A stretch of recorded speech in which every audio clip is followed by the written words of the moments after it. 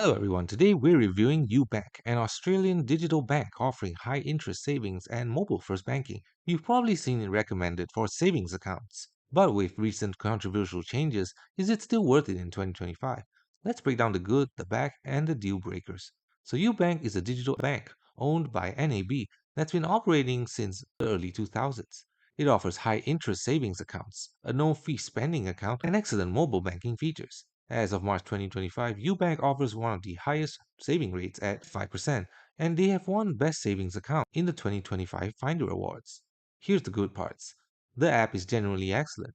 Mobile first design with spending insights, bill planners, shared accounts, and the ability to link other bank accounts to see all your money in one place. Zero monthly fees, no overseas ATM fees, and no foreign transaction fees on the spend account to make it great for everyday banking and travel. The user interface is intuitive and well designed. You get Apple Pay and Google Pay integration, instant notifications, and easy transfers.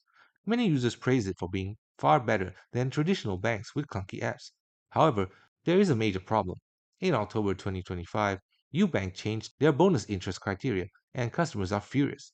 Previously, you just needed to deposit $200 to $500 per month to earn bonus interest. Now, you must grow your total balance by at least $1 every month, meaning if you withdraw any money and end the month with a lower balance than you started, you get zero bonus interest for the entire month. This is devastating for retirees, self funded pensioners, or anyone who actually needs to use their savings to live.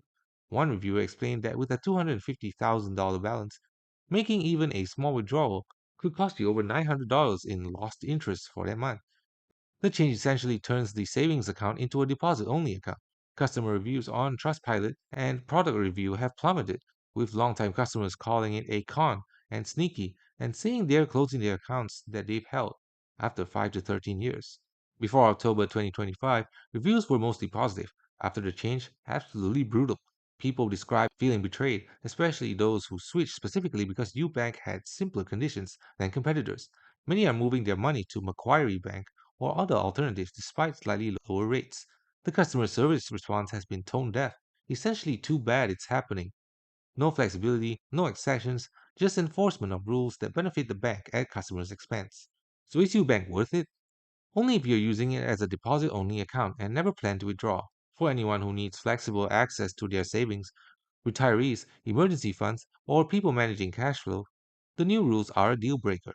Consider alternatives like Macquarie Bank, ING, or other high interest savings accounts without growth requirements. Thanks for watching. Don't forget to like and subscribe for more videos.